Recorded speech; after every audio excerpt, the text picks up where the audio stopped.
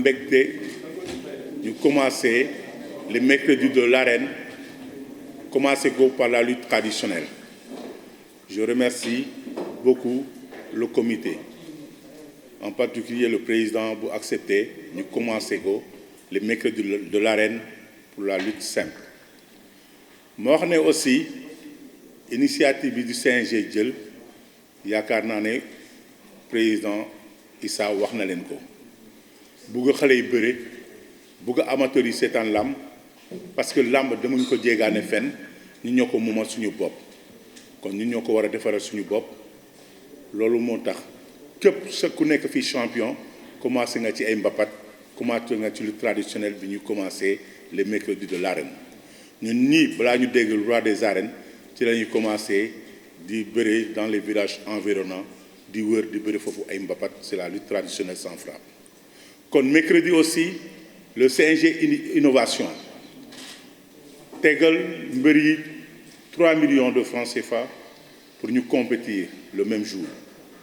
wax ne aussi amateurs yi duma leen bàyyi gannaaw dama leen di yomal seen billet dafa leen ko 1000 francs kon loolu day wóore ne CNG mu ngi taxaw pour jàppale amateur jàppale promoteur jàppale ñëpp ñuy yëngu ci làmb kon nag mercredi ñu ngi leen di woo yéen télévision yi yéen communicateurs traditionnels yi la presse écrite ngeen ñëw mercredi seetaan si làmb ji di wax ne nag Ndey Fatou Adama Jali moo koy woy ku koy tëgg mooy Maodo Faye Maodo oui moo koy tëgg kon ñeen ñëpp xam ngeen ko yaakaar naa ne lu ñu war a def nañ ko yéen di ngeen gisal seen bopp xam ne CNG dafa ñëw pour développer làmb te du ñu yem ci Dakar dañuy dem ci région yi comme ni ñu ko envisagé di def xam nga ne suñu paree dañu dugg ci koor gi mais koor gi su jeexee aussi dina am ay yoo xam ne dinañ fa dem ñu ngi ko bëgg a dem même dem am ñu moo Casamance mais ñu ngi ci làmb ji te bëgg nañu après koor gi suñu mën a ñëw foofu ou bien association yi fa nekk foofu ñu dem seetaan si seen làmb donc dans toutes les régions fas yéene nañu dem foofu seetaani promoteurs yu fa nekk suñu tegul suñu mën a teg aussi foofu dañ tëg raison de plus dimanche samedi ñu ngi dem Fimela mise 1,5 million la ñu teg foofu kon loolu day wone ne làmb ji duñ ko lu traditionnel duñ ko yómmale Dakar rek dans toutes les régions dinañ ko def même Passy commencé na di tëgg yaakaar naa ne dans toutes les régions Fatick aussi la même chose donc régions yi ñu ngi commencé teg je vous remercie. Joal aussi n'oubliez pas que Joal Fallou la ñu jógee amoon mise de 3 millions je vous remercie. amul benn toogaay boo xam ne war na moo gën a mën a neex que bii parce que man am naa opportunité peut-être bi mën a des fois mu génn ci télé bi wax bu may dégg da ngay dégg que ni à chaque fois damay wax que ni suñu làmb ji dañ ko war a valoriser et yàlla xam na ni quand j'ai vu ce projet là man xaaruma woon lu gën a ndaw ci CNG bu bees bi c'est pas pour xalab CNG bi fi nekkoon mais damay wax toujours que làmb avant tout sport la te sport aussi boo ko pratiqué wul dootul nekk sport munoo nekk di def ci benn discipline boo xam ne da ngay toog ñaari at wala ñetti at te doo ko exercer loolu du sport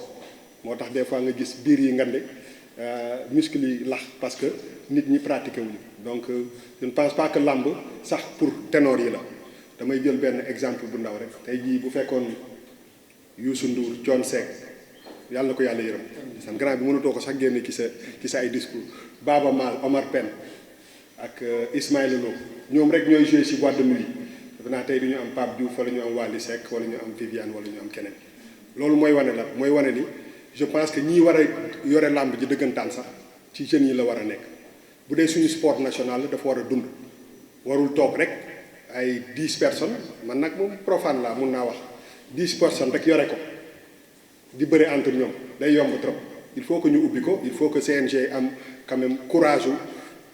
exposer ñeneen ñi yeneen boy yi ñu wane seen bopp je pense que loolu moom acte bi ngeen njëkk a posé mooy acte bi ci gën a fort et ñun ñi nga xam ne ay sénégalais lañ te dañu bëgg làmb dañ ko bëgg di gis plus souvent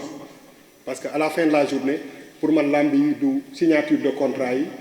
du face à face yi bëre bi la énergie bi ñuy def ci face à face yeeg ñoomin seen na gaa yi bëre ñun ñuy gis làmb toutes les semaines bu dee ñun loolu mooy suñu sport national waruñu gis championnat France Ligue des champions ku fi jógee moom ngay dem seetaan yi te mënuñu gis làmb que 3 ou 4 fois par année loolu c'est pas possible. Donc je pense que vraiment geste bu ñu war a louer la en tant que sénégalais et ñun ñi nga xam ne ñooy groupe Futurs Médias maa ngi leen di gërëm ci choix bi parce que aussi ku ñu gis xam ne lépp li nga xam ni moom moo soxal réew mi dans tous les domaines dañuy jéem a fexe ba kenn bañ ñu ci jiitu parce que dañuy jàpp ni ñuy tuddee suñu bopp miroir du Sénégal lépp li nga xam ne moom moo war a représenter réew mi kenn waruñu ci jiitu ñu war ci def suñu kéemtalaay kàttan donc vraiment ñuy rafetlu choix bi di leen wax que ni suñu projet la ñun parce que ku xam ki nga xam ne moom moo sanc kër gi xam ne lépp li nga xam ne moom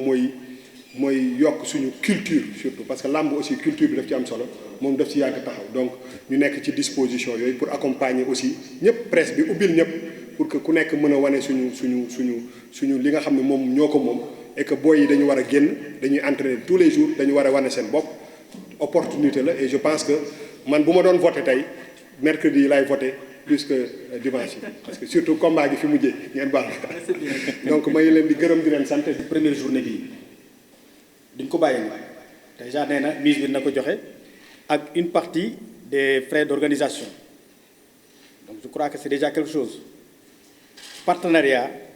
dafa jiitu ci làmb mënul dem sans partenariat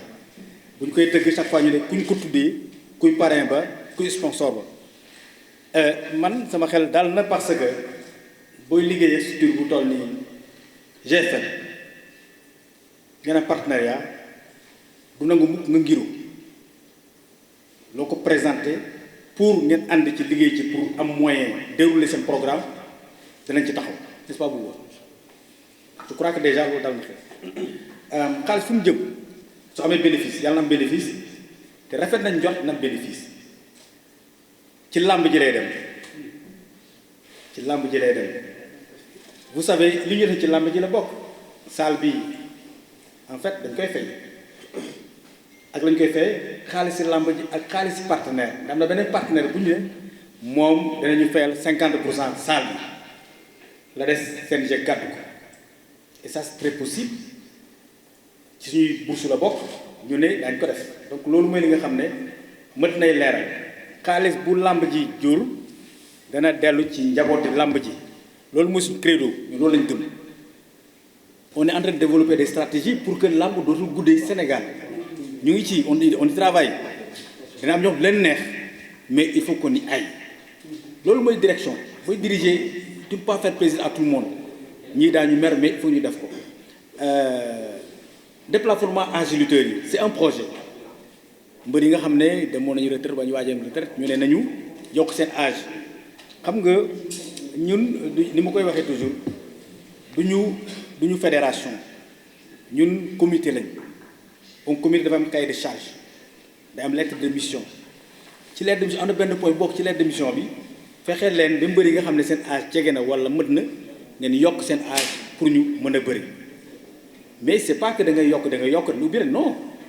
il y aura une batterie de mesures médicales yoo xam ne dañ koy def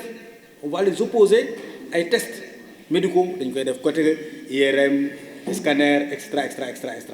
parce que bu fekkee ne yow sa xol dematul mënuñ la autoriser nga dem bëri ji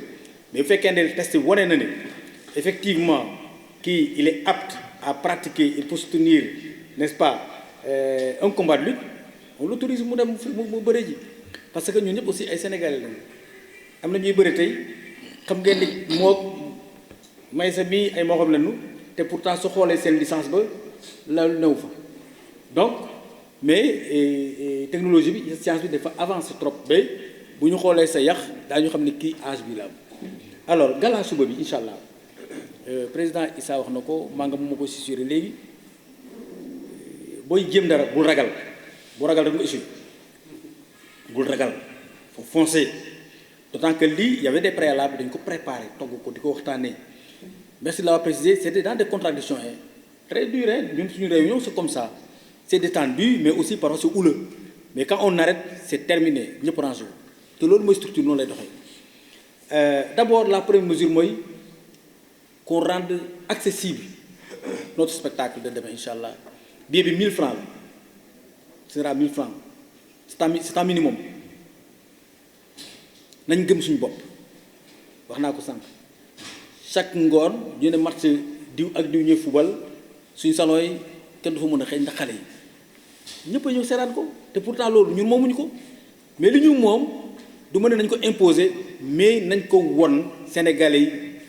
benn yoon ñaari bu yàggee daañu ko bëgg bu ñu ko bëggee mais on va aller avec mais il faut pas que ñu toog ne est-ce que jour ouvrable non ku mu intéressé da nga ñëw seetaan ku mu intéressé da nga ñëw ku mu intéressé wul nag amoo temps on avance avec tout ce qu'on aura loolu daal mooy li ci nekk en tout cas c'est un challenge